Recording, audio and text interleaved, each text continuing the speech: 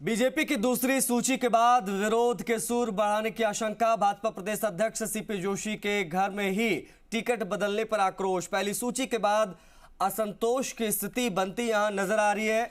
फिलहाल कंट्रोल में कुछ नजर आया नहीं है। बढ़ते बगावती असंतोष को लेकर बीजेपी कर रही है किसी रणनीति पर काम। अब इस डैमेज को बीजेपी नेता कैसे कंट्रोल कर पाएंगे?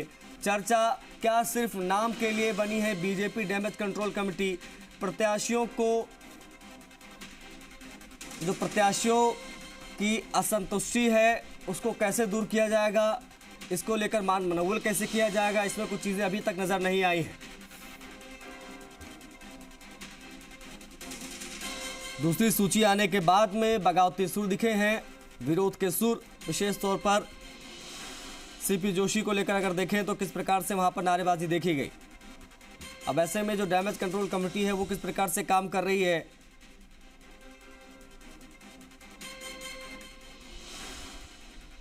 विष्णु हमारे सहयोगी फोन लाइन पर कनेक्ट हो गए हैं इसी खबर पर बातचीत के लिए। विष्णु, दूसरी सूची आई, विरोध के सुर उठे, जो विरोध के सुर उठे उनको कैसे दबाया जाएगा, कैसे डैमेज कंट्रोल होगा, इस दिशा में बीजेपी का क्या प्रयास? बिल्कुल, लगातार पहली सूची के बाद से ही जो विरोध के स्वर है वो अभी तक जारी है। वहीं दूसरी सूची होने के साथ ही यहाँ पर जो कार्यकर्ताओं का विरोध है वो सामने आने लगा है। जो ही सूची जारी हुई, सबसे बड़ी आश्चर्य की बात तो यह है कि बीजेपी प्रदेश अध्यक्ष सीपी जोशी के गृह जिले में ही ये विरोध के स्वर उठे हैं।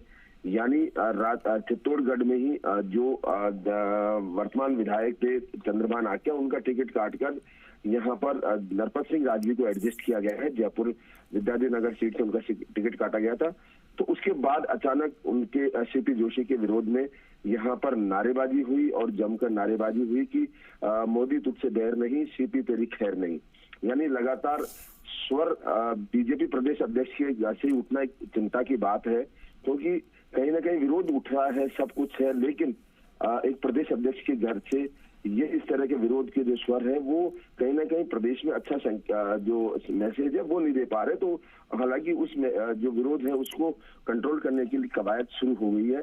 बीजेपी ने डैमेज कंट्रोल कमेटी भले ही गठित कर रखी है, लेकिन उस तरह से उसके प्रभाव अभी सामने दिखाई नहीं दे रहे।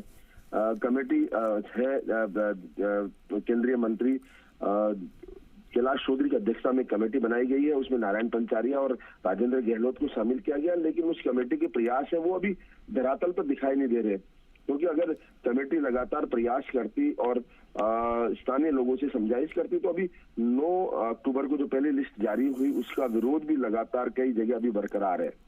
तो अब दूसरी सूची आई है, फिर तीसरी सूची आएगी, तो ऐसे में विरोध कहीं ना कहीं ज्यादा नहीं बैठ के और लोग हैं वो बगावत में नहीं उतरे तो कहीं ना कहीं इसका नुकसान जो है वो बीजेपी को हो सकता है। तो ऐसे में गंभीर प्रयास बीजेपी की ओर से किए जाने होंगे। ये देखने वाली बात होगी कि बीजेपी इसको लेकर अब क्या प्रयास करती है।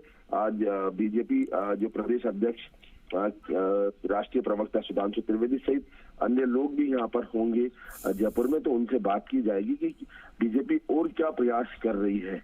जी ठीक है, शुक्रिया आपका विष्णु तमाम जानकारी को साझा करने के लिए। तो संतोष की स्थिति जो है वो फिलहाल नज़र आ नहीं रही है, क्योंकि किस प्रकार से उम्मीद की गई थी कि चित्तौड़गढ़ में 2 बार जीत कर आए विधायक चंद्रभान सिंह आक्या को दूसरी सूची में टिकट दिया जाएगा, लेकिन टिकट मिला नहीं, टिकट कट गया। अब ऐसे में नरपत सिंह राजवी को टिकट दिया गया, उसके बाद में विरोध यहाँ पर देखा गया।